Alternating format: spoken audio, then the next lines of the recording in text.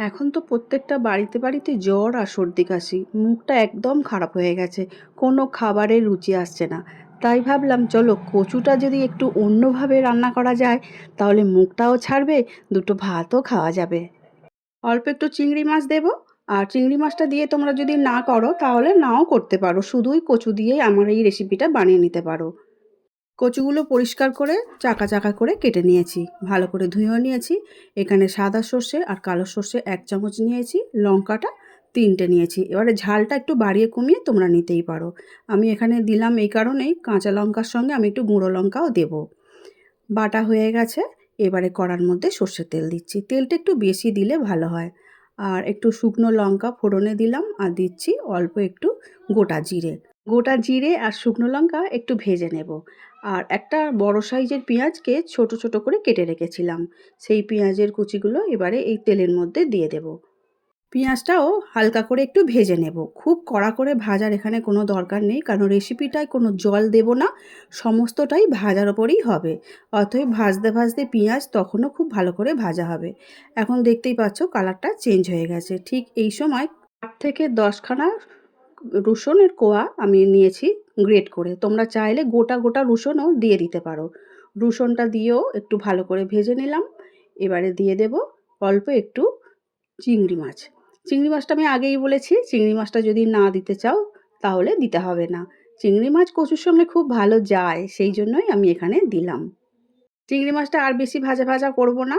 এর মধ্যে এবারে দিয়ে দেব ছোট ছোট চাকা চাকা করে কেটে রাখা যে কচুগুলো নুন আর হলুদ মাখিয়ে রেখেছিলাম, সেই নুন হলুদ মাখিয়ে রাখা কচুর টুকরোগুলো আমি দিয়ে দিচ্ছি।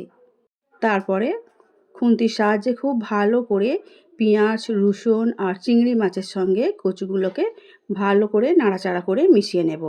আর ঢাকা চাপা দিয়ে রান্নাটা করে নেব। নুন কিন্তু কচুতে দেওয়া আছে, টেস্ট করে নেওয়ার পরে যদি মনে হয় যে আরেকটু নুন লাগবে তাহলে সেটা পরে দেওয়া যাবে। ঢাকা দিয়ে দিলাম 5 মিনিটের জন্য। 5 মিনিটের আগে একবার নাড়াচাড়া করে নিয়েছিলাম, তারপরে আবারও ঢাকা চাপা খুলে আবারও একটু নাড়াচাড়া করে নিচ্ছি। মানে এইভাবে যতক্ষণ না কচুটা খুব ভালো করে মোলায়েম মতো করে সিদ্ধ হচ্ছে, ততক্ষণ কিন্তু ঢাকা চাপা দিয়ে এইটা করে যেতে হবে এই রান্নাটা। কারণ এখানে কোনো জল নেই, কচু থেকে যে হালকা জল বেরোবে বা তেল থাকবে, সমস্ত কিছু তার উপরেই হবে। আচ্ছা, আমি এখানে একটু ঝাল ঝাল করব বলেই 1/2 চামচের মতো গুঁড়ো লঙ্কা দিয়ে দিলাম। দিয়ে আবারও একটু নাড়াচাড়া করে নিচ্ছি। বললে বিশ্বাস করবে কি জানি না, এতটাই খেতে ভালো হয়। আমার মনে হয় আমার যেটা হয়েছে, গরম ভাতের সঙ্গে আর কিচ্ছু লাগবে না, শুধুই খাওয়া হয়ে যাবে, আর কোনো রকম অসুবিধাও হবে না, টেস্টিও হবে, সবাই খেতে পছন্দ করবে। ভাজা ভাজা প্রায় হয়েই এসেছে, এই সময় আমি সর্ষে আর কাঁচা লঙ্কা বাটা দিয়ে দেব। ওই 1.5 থেকে 2 চামচের মতো, বেশি দেবার দরকার নেই, অল্প একটু দিলেই হবে। খুব ভালো করে মিশিয়ে নেবার পরে একটু টেস্ট করে দেখেছিলাম যে নুনটা একটু কম লাগছে, সেই জন্য 1/2 চামচ মতো নুন ওপর থেকে ছড়িয়ে দিয়ে আবারও একটু মিশিয়ে নেব। যে সমস্ত বন্ধুরা এই মুহূর্তে ইউটিউব চ্যানেল থেকে আমার রান্নাটা দেখছো, যদি ভালো লেগে থাকে আর সাবস্ক্রাইব করা না হয়ে থাকে, প্লিজ সাবস্ক্রাইব করে শ্রাবণীর পাকঘর চ্যানেলটির সঙ্গে থেকে যাওয়ার অনুরোধ রইল। পাশে থাকা বেলটা অবশ্যই প্রেস করে দিও, তাতে যখনই কোনো নতুন রেসিপি ছাড়বো সবার আগে তোমাদের কাছেই পৌঁছে যাবে। আর ফেসবুক পেজ থেকে দেখছো বন্ধুরা, প্লিজ পেজটিকে ফলো করে দিয়ে থেকে যেও পাশে।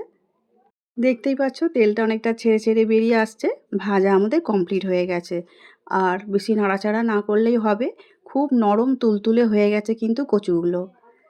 দারুণ স্বাদের চিংড়ি মাছ দিয়ে কচু ভাজার এই রেসিপিটা আমাদের একদম রেডি হয়ে গেছে। আমি এখন একটা সার্ভিং প্লেটের মধ্যে তুলে নেব।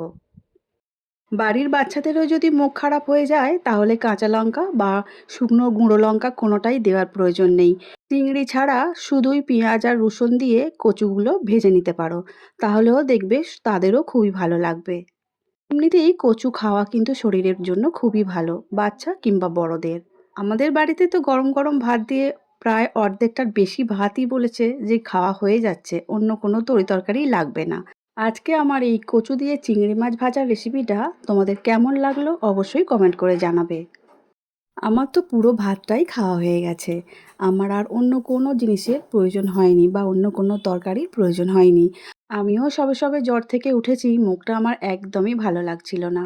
তাই ভাবলাম আমি এই রেসিপিটা বানাই, আমার খুব ভালো লাগে, তোমাদের সঙ্গে সেই জন্য শেয়ার করলাম। আজ তাহলে আসছি, দেখা হবে অন্য দিন নতুন রেসিপি নিয়ে। সবাই খুব ভালো থাকবে, সুস্থ থাকবে।